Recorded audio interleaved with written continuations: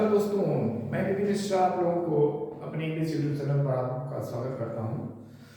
आज एक सरप्राइज है आप लोगों के लिए और आज पहली बार इस प्लेटफॉर्म पे मैं एक ग्रामर का कंप्लीट बैच लॉन्च करूंगा आज। और भी सारी चीज़ें हैं जिसको अगर आपको पूरे कंप्लीट जानकारी आपको अंतिम तक मिल जाएगी। अंत तक बने रहें ताकि आप पूरी जानकारी चाहते हैं तो अब समझते हैं कि क्या है ये जानकारी और कैसे आप इस चीज को समझेंगे और क्या करेंगे हम। आइए थोड़ा सा समझते हैं कि क्या चीजें आज करनी है। तो पहले तो हम समझेंगे कि चीज क्या है। तो आज एक बैच स्पेशल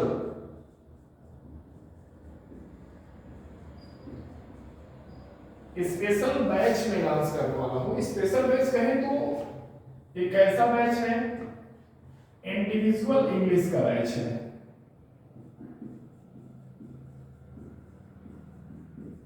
और इंडिविजुअल इंग्लिश का बैच किसके लिए क्या क्या देगा, किसके लिए रिलेवेंट होगा, ये सारी चीजों को मैं बताता हूं भी। एक एक चीज समझ लीजिए।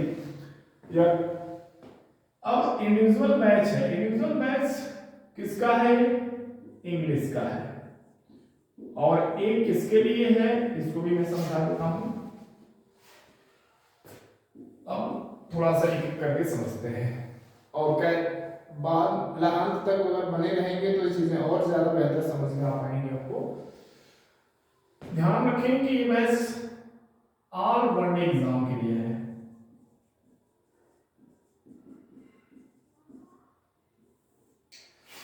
इसमें आप ऑल वनडे एग्जाम जैसे आप अभी देख पा रहे हैं, एसएससी, बैंक, सीसेट,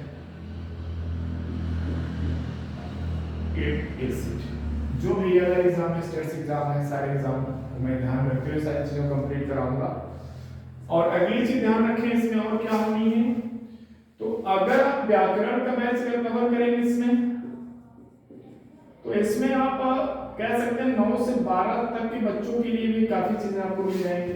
तो 9 से 12 वाले भी इसको पढ़ लेंगे और वनडे एग्जाम के भी बच्चे इसको आप प्रेफर कर सकते हैं। कंप्लीटली फ्री बैच है। आप बिल्कुल वीडियो डे बाय डे अगर आप देखेंगे तो आपको मिलेंगे कि ग्रामर का एक एक चीज चलेगा। सारी चीजें मैं भी प्रक्रिया लेता हूँ, सब कैसे कैसे आपको करना है, सारी चीजें मैं एक एक चीज करके बता देता हूँ। अब आप ग्रामर पढ़ेंगे इसमें, ये सारे वनडे एग्जाम के लिए रिलेवेंट है प्लस 9 से 12 तक और समझेंगे।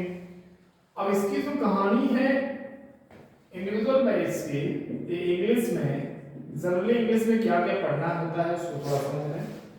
इंग्लिश में आप पढ़ेंगे क्या, पहले इसको देख लें। पहले हम आपको व्याकरण पढ़ाएंगे जिसको हम लोग ग्रामर कहेंगे। ग्रामर के बाद एक सेक्शन आपका है वोकैब का, सबसे महत्वपूर्ण सेक्शन है। वोकैब के लिए आपकी क्लास चलेगी। प्लस आपका एक सेक्शन होता है कॉम्प्रिहेंशन सेक्शन। कॉम्प्रिहेंशन के अंतर्गत क्या क्या चीजें पढ़नी है उसको थोड़ा समझ लीजिए। पहले ग्रामर में समझ लें। ये 3 सेक्शन मैंने इंग्लिश को डिवाइड कर रखा है। व्याकरण का सेक्शन है, वोकैब का सेक्शन है और कॉम्प्रिहेंशन। व्याकरण के अंतर्गत जो चीजें पढ़नी है आपको टोटल आप पढ़ेंगे parts of speech. Parts of speech के अंतर्गत जो भी चीजें हैं आपके टोटल तो 8 होती है संख्या में, उसके अलावा समझेंगे। अब आप इसमें आप पढ़ेंगे टाइम एंड टेंस,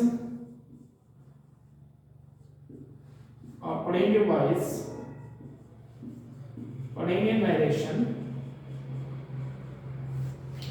और कुछ चीजें जो हैं आपकी लगभग 16 से 17 टॉपिक आपके बनेगी।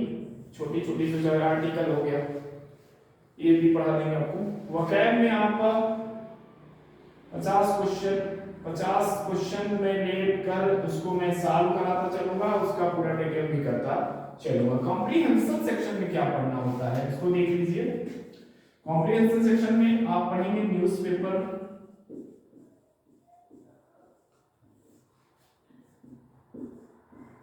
पैसेज, पैरा सिंबल और एक आप सेगमेंट और इसमें लेंगे हम क्लोज टेस्ट। इसको थोड़ा सा समझिए कि आखिर है क्या। न्यूज़पेपर में क्या करना है, न्यूज़पेपर में मैं द हिंदू का एडिटोरियल डिस्कस करूंगा। पैसेज में क्या होना है, आप पैसेज प्रीवियस ईयर्स के आपके पैसेज में करा दूंगा, एसएससी में जो भी आपके आए हुए हैं प्रीवियस ईयर्स के। पहला एग्जांपल भी आपको दिया जाएगा। पैसेज तो आप समझ ही रहे हैं, पैसेज क्या है, एक आपका 15-20 लाइन का एक पैसेज होता है, उसी में आपको छांटना होता है। पहला एग्जांपल क्या है, पहला एग्जांपल या इसको रीअरेंजमेंट भी कहते हैं। 4 लाइन दिया हुआ है, पूछ लेगा कि कौन सी लाइन कौन से क्रम में है या कौन सा आगे है कौन सा पीछे है, इसको आप समझ लेंगे। क्लोज टेस्ट में क्या होता है कि जिसको हम लोग अगर जनरल भाषा में कहें तो फिल इन द ब्लैंक आप बोल देते हैं। जैसे कोई चीज आपने पढ़ा होगा, जैसे 6 से 12 तक या बच्चे होते हैं, छोटे बच्चों के लिए क्या रिक्त स्थान करना होता है। छोटे छोटे आपको ऑप्शन, एक पैसेज होता है, उसके बीच में जगह दे दिया जाता है, उसमें क्या करना पड़ता है, उसको भरना पड़ता है। ये आपका क्लोज टेस्ट का हिसाब है। ये आपने समझ लिया कि इंग्लिश में आपको पढ़ना क्या है, व्याकरण पढ़ना है, वोकैब पढ़ना है और कॉम्प्रिहेंशन पढ़ना है। एकदम बिल्कुल एक कंप्लीट बैच है जिसको मैं लूंगा और इसकी शुरुआत आज ही हो जाएगी। यहां तक क्लियर हो चुका है, जिसको अगर कोई प्रॉब्लम हो पूछ सकता है। और आज पार्ट्स ऑफ स्पीच के पहले टॉपिक की, उसके पहले हम लोग थोड़ा समझेंगे कि बेसिक कंसेप्ट क्या होते हैं। थोड़ा इंग्लिश के बेसिक कंसेप्ट को समझ लेते हैं ताकि चीजें, बेस बहुत जरूरी है मजबूत होना, और बेस कमजोर रहेगा तो चीजें क्लियर नहीं हो पाएंगी। तो ध्यान से चीजों को समझेंगे। आइए आज मैं शुरुआत करता हूँ इंडिविजुअल इंग्लिश का बैच, जिसमें मैंने आपको सूचना दे रखी है, सारी चीजें मैंने डिटेल में बता दी है। तो आज देखते हैं बेसिक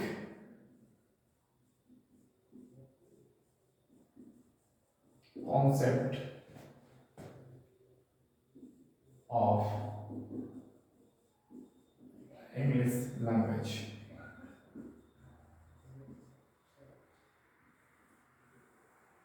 बेसिक कंसेप्ट में क्या क्या चीजें मैं पढ़ाने वाला हूं, उसको थोड़ा देख लीजिए। पहले समझ लेते हैं, आखिर इंग्लिश पढ़ने से पहले हमको जानना जरूरी है कि इंग्लिश है क्या, इन चीजों को समझते हैं। तो आप देखिए कि इंग्लिश,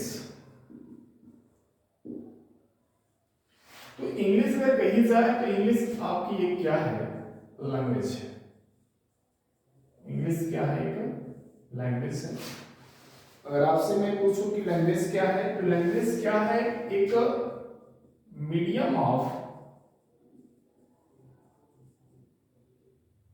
कम्युनिकेशन, एक माध्यम है क्या करने का, बातचीत करने का, एक साधन है क्या है, भाषा। अब ये बताइए कि भाषा क्या है, तो आपने समझ लिया। और इस भाषा, ये भाषा कहां से आई, तो आपको जरूरत किसकी पड़ेगी, भाषा की उत्पत्ति करने के लिए क्या जरूरत पड़ेगी, आपको लेटर्स चाहिए। क्या चाहिए, लेटर्स चाहिए। लेटर्स से तो आप कम्युनिकेट करेंगे, लेटर्स से ही आप सीखते हैं शब्दों को, शब्दों से ही आप क्या बनाते हैं, भाषा बनाते हैं। तो लेटर्स क्या है, उसको भी देख लिया आपने। लेटर्स इंग्लिश में कितने होते हैं, 26। कितने होंगे, 26, जिसको हम लोग बोला करते हैं वॉवेल्स, और इसको बोलते हैं कॉन्सोनेंट्स। टोटल कितने हैं लेटर्स, 26। वॉवेल्स की संख्या कितनी है आपकी, 5 होती है, जो आप कहते हैं ए आई, ए ई आई ओ एंड यू। आपकी संख्या कितनी हो गई वॉवेल की, 5, और B C dot dot dot dot Z. Total संख्या इसकी कितनी हो गई, 21।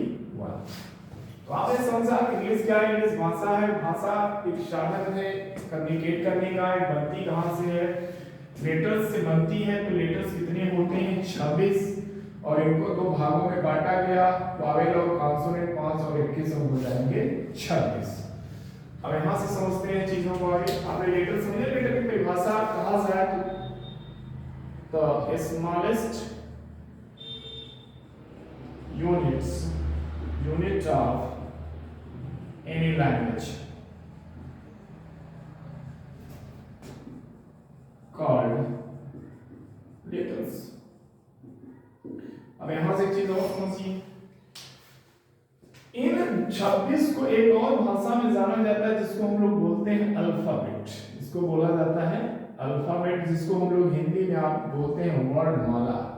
इसको बोलते हैं हिंदी में वर्णमाला। एक बात महत्वपूर्ण चीज ध्यान रखिए कि अल्फाबेट का प्लूरल करने का प्रयास न करें, गलत हो जाएगा, क्योंकि ये अपने आप में 26 मिलाकर अल्फाबेट बनते हैं। तो आप अल्फाबेट्स न करें ताकि सही रहे, नहीं तो गलत हो जाएगा, ये भी याद रखिए। जैसे एग्जांपल है कि he learned alphabet at the age of 6। वो 6 साल की उम्र में क्या कर लिया था, अल्फाबेट सीख लिया था। तो ये आपका क्या हो जाएगा, गड़बड़ हो जाएगा। तो यहाँ पे ऐसे न लगाएं।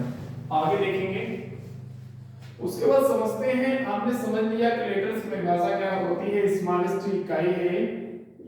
उसके बाद समझते हैं आगे अगली जो कहानी है, वर्ड। वर्ड क्या होता है, वर्ड की दो मीनिंग थोड़ा समझिए।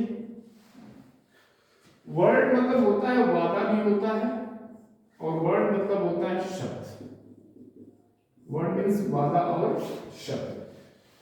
ध्यान रखें कि हम लोग किसके अर्थ में पढ़ेंगे। इसके अर्थ में आपको नाउन हैशटैग लगा छोड़ दीजिए, मैं इसको लूंगा डिटेल में जब आपको यूजेज ऑफ नाउन या मिसलेनियस रूल्स ऑफ नाउन जब मैं पढ़ाऊंगा तो आपको उसकी चर्चा में लूंगा कि वर्ड का प्रयोग वादा का अर्थ में कब होगा। तो वर्ड समझते हैं, वर्ड क्या होते हैं। जैसे शब्द मैंने लिखा P plus E plus N, क्या लिखा गया, P plus E plus N।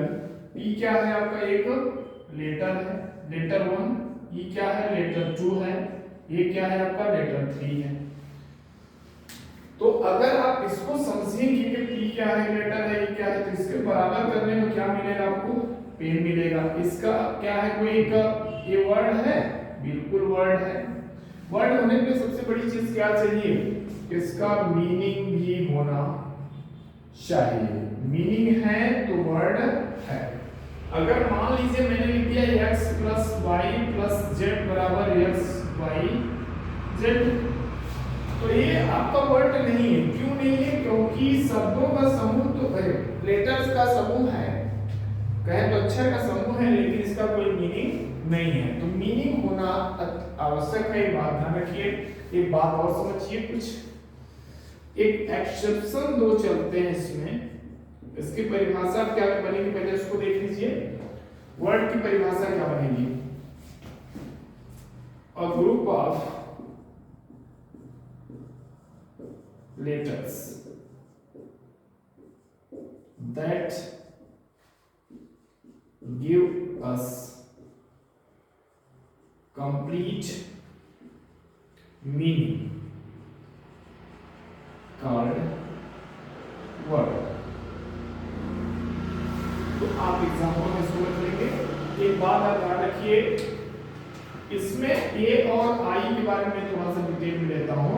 ये दो शब्द जो है अपवाद स्वरूप काम करते हैं। ए ना, ए और आई दोनों लेटर भी हो सकते हैं, वर्ड भी हो सकते हैं। इसको कैसे समझना है, इसको देख लीजिए। जैसे मैंने कहा कि I have a dog, I have a dog, तो आई यहां पर क्या है, एक वर्ड है, और ये क्या है, यहां एक लेटर है, यहां पर ये क्या है, एक वर्ड है। तो ए और आई वो ऐसे लेटर हैं जो कि लेटर्स हैं जो क्या करेंगे, आपके वर्ड का भी काम कर लेते हैं। तो आपने समझा क्या, इंग्लिश क्या है, इंग्लिश लैंग्वेज है। लैंग्वेज कहां से आती है, लेटर्स की सहायता से लैंग्वेज बनाते हैं। लेटर्स दो प्रकार के होते हैं, एक क्या है, भाषा क्या होती है, मीडियम ऑफ कम्युनिकेशन है। सबसे छोटी इकाई क्या है, लेटर्स है। बनाने के क्या तरीके हैं, आपको वर्ड भी मैंने बता दिया, लेटर भी बता दिया। इंग्लिश क्या है, लैंग्वेज क्या है, क्लियर हो गया है। इतनी बातें क्लियर हो गई होंगी, नोट करें, फिर पढ़ते हैं आगे। दिया कि लेटर क्या है, वर्ड क्या है, दोनों क्लियर हो चुका है। अगला जो आपका सेगमेंट है बेसिक में, आप पढ़ेंगे फ्रेज। फ्रेज क्या होता है, फ्रेज को अगर हिंदी की बात करें तो इसको बोलते हैं वाक्यांश, इसको बोला जाता है वाक्यांश। फ्रेज क्या होता है? वाक्यांश होता है। वाक्यांश क्या है इसको थोड़ा समझिएगा। जैसे मैंने लिखा कि ऑन द टेबल, क्या लिखा गया है? ऑन द टेबल, ठीक है। एक आपका वर्ड है, ये वर्ड नंबर 1, ये वर्ड नंबर 2, ये वर्ड नंबर 3। अब देख पा रहे हैं कि लेटर नहीं है, वर्ड है, वर्ड का समूह। इसका पूरा कंप्लीट मीनिंग नहीं है, कुछ मीनिंग है, कंप्लीट नहीं है। तो ऐसा शब्दों का समूह, ऐसा शब्दों का समूह जिसका कुछ अर्थ हो, पूरा अर्थ ना हो, उसे हम लोग क्या कहते हैं? वाक्यांश कहते हैं। देखिए, तो लिखा गया कि a group of words that give incomplete meaning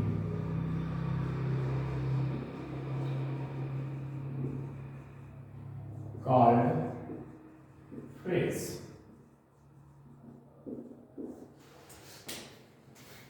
example पे देखेंगे, जैसे मैंने लिखा इन द गार्डन, ये क्या है? आपका एक फ्रेज है। ऑन द टेबल आपका एक फ्रेज है। तो इससे समझ सकते हैं कि शब्दों का समूह जिसका कुछ अर्थ हो, पूरा अर्थ ना हो, उसे क्या कहते हैं? Phrase.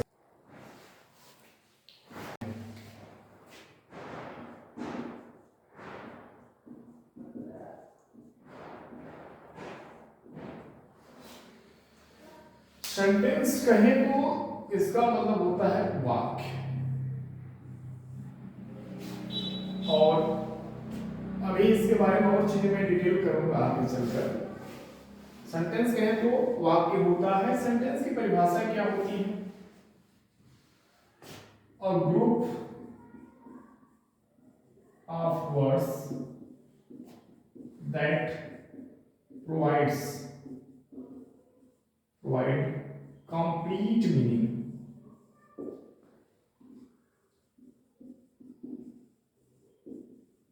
called sentence। Complete meaning जब दे तो क्या हो जाएगा? आपका सेंटेंस होगा। सेंटेंस के लिए जरूरी चीजें क्या हैं? कि कुछ चीजें नोट करने वाली होंगी कि always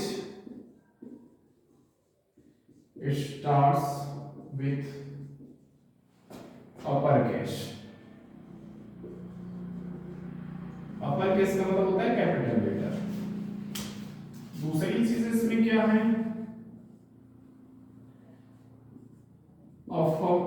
assertive sentence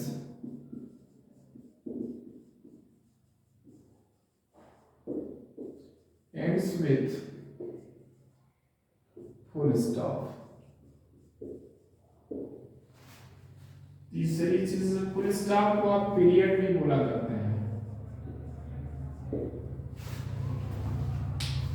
अब इसको मैं समझा देता हूं। जैसे मैंने लिखा कि Ram is doing his work, एक सेंटेंस है। ये आपका एक अफर्मेटिव सेंटेंस है। इसकी शुरुआत देखिए राम से भी हुई है। ये क्या है? अपर केस में है। और फुल स्टॉप पे खत्म है, इसको आप फुल स्टॉप भी कहते हैं और पीरियड भी इसको कहते हैं। अगली बात, जैसे इंटरोगेटिव सेंटेंस आ रहा है तो आपका क्वेश्चन मार्क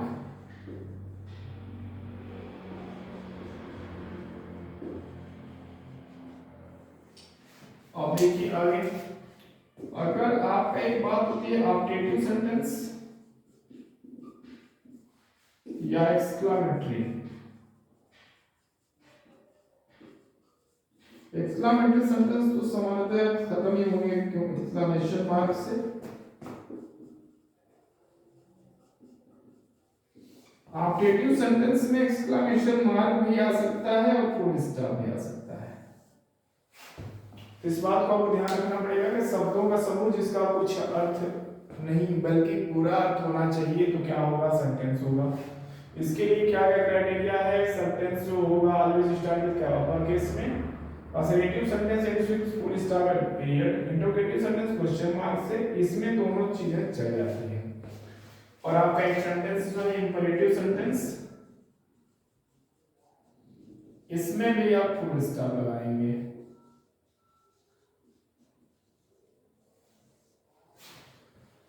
तो मैं ये सारी चीजों को और डिटेल करूंगा कि सेंटेंस के प्रकार कैसे चलेंगे, क्या होगा, सारी चीजों को मैं एकदम एक एक करके एक एक क्रम से क्लियर करूंगा, जो आप अगली वीडियो में देखेंगे क्लास 2 जो आपको कल मिलेगी। आज की क्लास मैं यहीं पे समाप्त करता हूं, लेकिन उसके पहले मैं बता दूं कि जो चीजें आज हुई हैं मैं समराइज कर देता हूं। मैंने आज एक इंट्रो क्लास थी, मैं आज थोड़ी चीजें आपको मैंने करा दिया है। कल से आपकी क्लासेस और बेहतरीन ढंग से चलेंगी।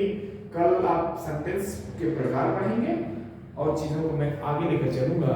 आज के लिए बस इतना ही, धन्यवाद। लेकिन आपको ध्यान रखना है कि चैनल को सब्सक्राइब, शेयर, लाइक जरूर करें ताकि और भी आपके दोस्तों तक ये वीडियो पहुंच पाए। आज के लिए धन्यवाद।